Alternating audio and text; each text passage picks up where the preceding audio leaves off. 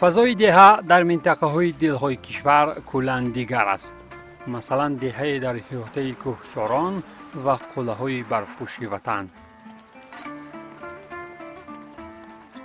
دهه زرگر شهر وحدت واقع در نزدیکی سرحد ناحیه فیض‌آباد از زمره آن مکان‌هایی بود که ما هفته قبلی با خاطر انعکاس مسابقه فوتبالی به آنجا سفر کردیم.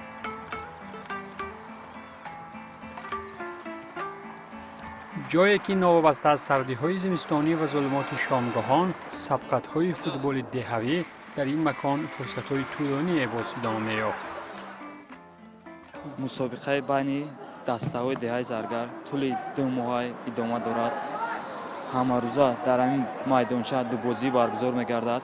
امروز برای جای سوم و فینال بازی می‌شود. برای جای سوم دسته‌های سال تولدشان 2005 و سال تولدشان 2007 برآمدند و با فینال سال تولد 1991 و 1998 بازی میکنند.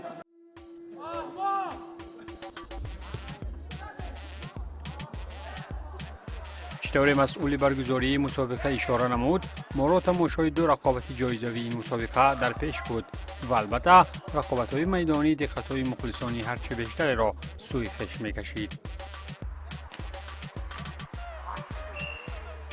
همین کماندر 3 سال بازی داره. همین سن سالو ما تشکیل کردیم. آینده در کوشش داریم که کماندهی بقوت کنیم، دنگره کل و بجود بازی کنیم.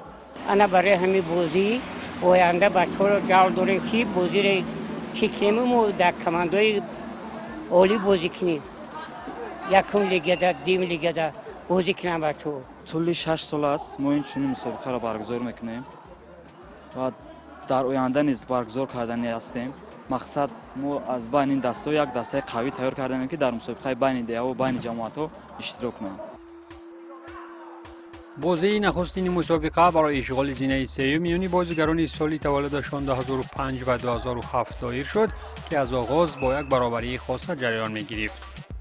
سبزپوشان الکی در نخستین فرصت‌های رقابتی نیمه اول توانستند که در حساب هم پیش‌صف شوند.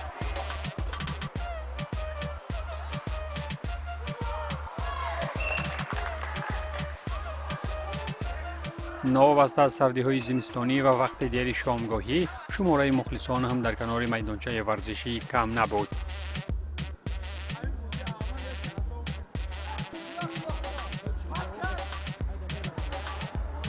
در میدان چطوری مشاهده کردیم، سرخ و سیاه پوشان با استفاده از اشتباه حریفان توانستند که یک گل دیگری را هم وارد دروازه نمایند.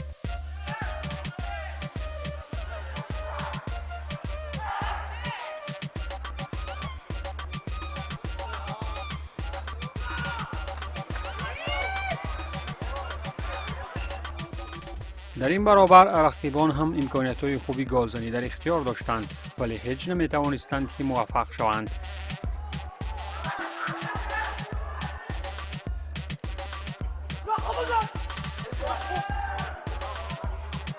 الکی در تلاش نوبتی یکی از بازیگران فعال این تیم نوابسته از جراحت هم باشد توانست که گل جوابی وارد دروازه رقیب نماید.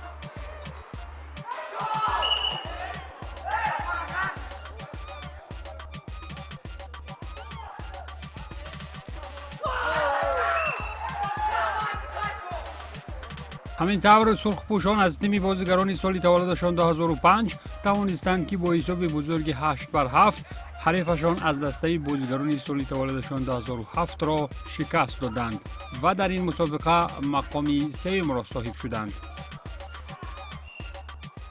مردم دهه زرگر همه ساله در مسابقه فوتبالی که بین جوانان می شود حصه خودشان بگذرانند. دائما فعال می باشند. ما کوشش میکنیم که همین جوانای دهه را دستگیری کنیم که سالهای آینده در بین دیگر دهها جای نمایان خود را داشته باشد. پس از انجام بازی بهر اشغال زینه سوم مسابقه فرصت رقابت فینالی هم فرا رسید، جایی که دسته عبارت از بازیگران سالی تولدشان 1991 مقابل بازیگران سالی تولدشان 1998 به میدان آمد.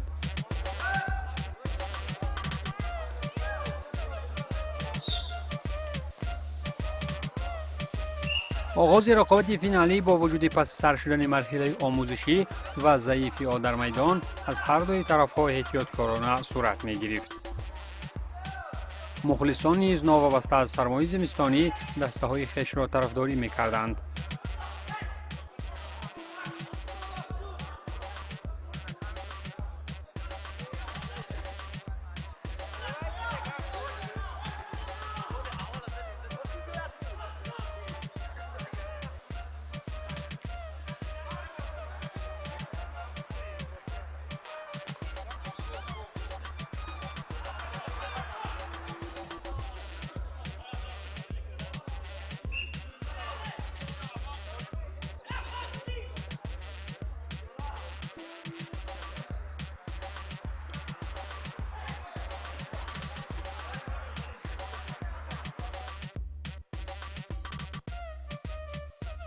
در ادامه البته که شماره ضربه‌های خطرناک جانب دروازه سرخپوشان بیشتر می‌گردید.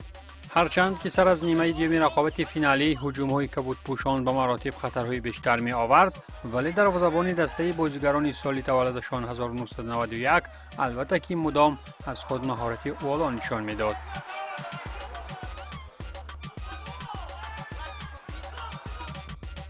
گل نخست بازی فینالی ناواسته از هجوم‌های سرشماری کبودپوشان برعکس از جانب تیم رقیب وارد دروازه شد.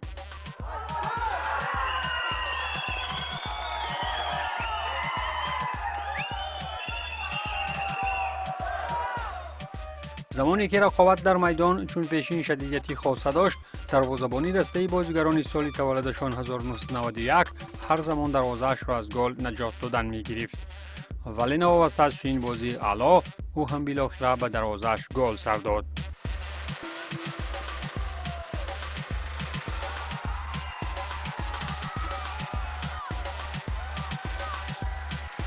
بعد این گل دسته بازیگران سال تولدشان 1998 انگیزه بیشتر گرفته، پس از اجرایش ضربه کنجی توانستند که در حساب پیشرفت شوند.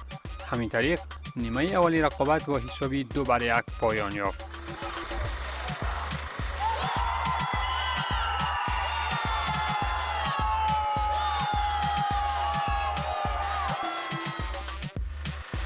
سرآغاز نیمه دوم بازی کبودپوشان توانستند که یک گل دیگر زنند و حساب را هم 3-1 نمایند.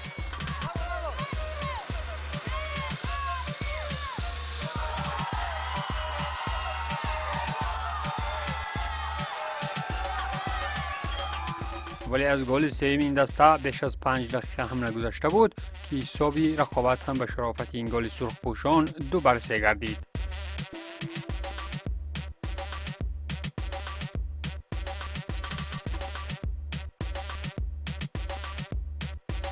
محض این گل جوابی به دسته بازیگران سال تولدشان 1991 نیروی خاصه بخشید که آنها به زودی حساب را 3-3 نمودند.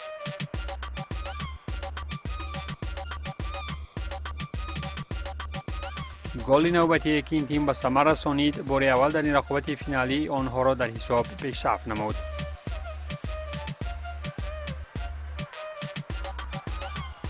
الکی زمان حسابی 5-4 در رقابت فینالی فرصت‌های کمی به انجام مانده بود، ولی رقیبان تا آخر مبارزه به امان می‌بردند و در پایان رقابت امکان اجرایش یک ضربه جریمه‌ای 6 متر هم به دست آوردند. ولی این ضربه از جانب دروازه‌بان دسته بازیگران سال 1991 برطرف کرده شد.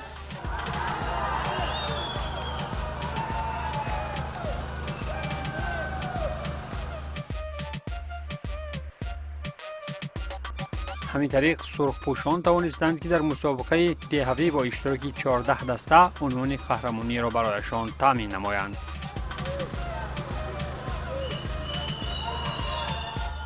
درباره این پیروزی خاطربان غالبان از زمره بهترین بازیگر این مسابقه فکر و اندیشه های خود را چنین طور بیان نمودند.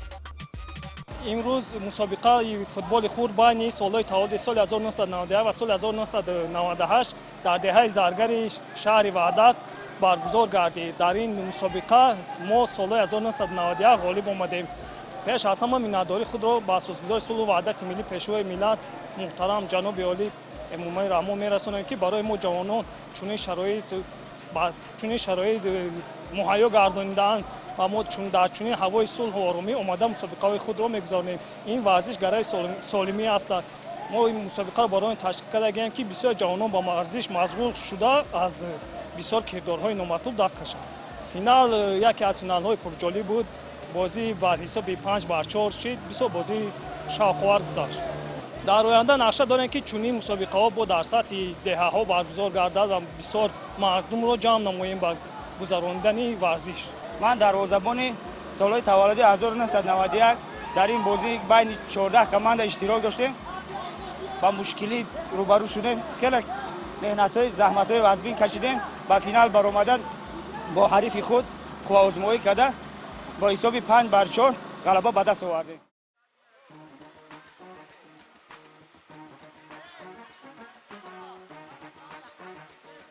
баъди анҷоми рақобат ба ҷоизадорони мусобиқа аз ҷониби масъулин медалу ифтихорномаҳо тақдим гардид. Бозигарони тими соли таваллудашон 1998 бо медалҳо барои ишғоли мақоми дуюм ва дастаи бозигарони соли таваллудашон 1991 бо медалҳо ва ҷоми қаҳрамонӣ мукофотонида шуданд.